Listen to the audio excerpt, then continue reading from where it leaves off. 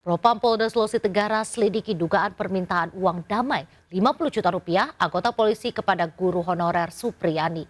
Sementara Kejaksaan Tinggi Sulawesi Tenggara tegas memberhentikan sementara Kepala Seksi Pidana Umum yang menangani kasus Supriyani dari Kejaksaan Negeri Konawe Selatan.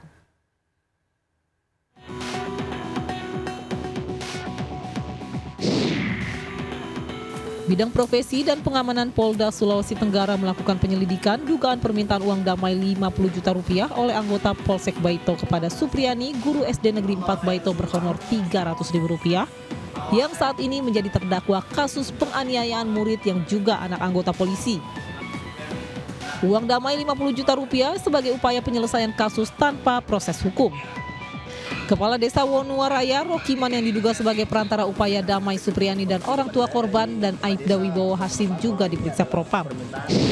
Ya, Bapak Kapolda komitmen ya terhadap oknum-oknum yang melakukan penyimpangan dalam pelaksanaan tugas. Nanti kita lihat ya, dengan pertimbangan untuk kepentingan pemeriksaan, untuk mempermudah pemeriksaan. Propam Polda Sultra akan menindak tegas setiap pelanggaran kode etik oleh anggotanya. Kejaksaan Tinggi Sulawesi Tenggara memberhentikan sementara Andi Gunawan sebagai Kepala Seksi Pidana Umum Kejaksaan Negeri Konawe Selatan yang diduga karena penanganan kasus guru honorer Supriyani. Jabatan Kasipidum diserahkan kepada pelaksana harian Bustanil yang sebelumnya merupakan Kasih 3 Kejati Sultra. Kasipidum ditarik ke Kejati Sultra dalam rangka pemeriksaan termasuk 3 pegawai Kejari Konsel, 5 orang saksi eksternal dan orang tua korban. Klarifikasi terhadap pihak Kejari Selatan apakah penanganan perkara ini sudah sesuai dengan SOP atau ketentuan. Nah, ini sudah dilakukan, diklarifikasi kepada pihak-pihak yang Kejati Sultra berkomitmen untuk transparan menangani kasus guru honorer Supriyani yang melibatkan pegawai Kejaksaan Tinggi Sulawesi Tenggara. Dari Konawe Selatan dan Kendari, Sulawesi Tenggara, Febriono Tameng dan Mukhtarudin melaporkan. Tom Lembong melalui kuasa hukumnya resmi mengajukan gugatan pra-peradilan ke Pengadilan Negeri Jakarta Selatan. Sidang perdana akan digelar 18 November mendatang.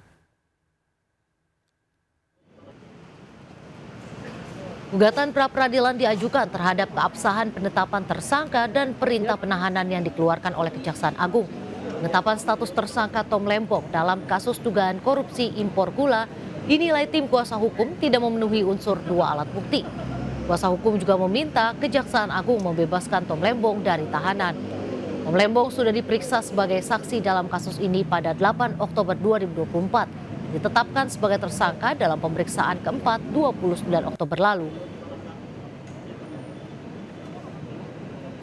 Hari ini kami sudah resmi mendaftarkan gugatan pra-peradilan terhadap kasusnya Pak Thomas Lembong. Tadi sudah didaftarkan kita dapat nomor 113. Ya, dan dalam proses nanti kita akan dipanggil sidang dan untuk melaksanakan persidangan.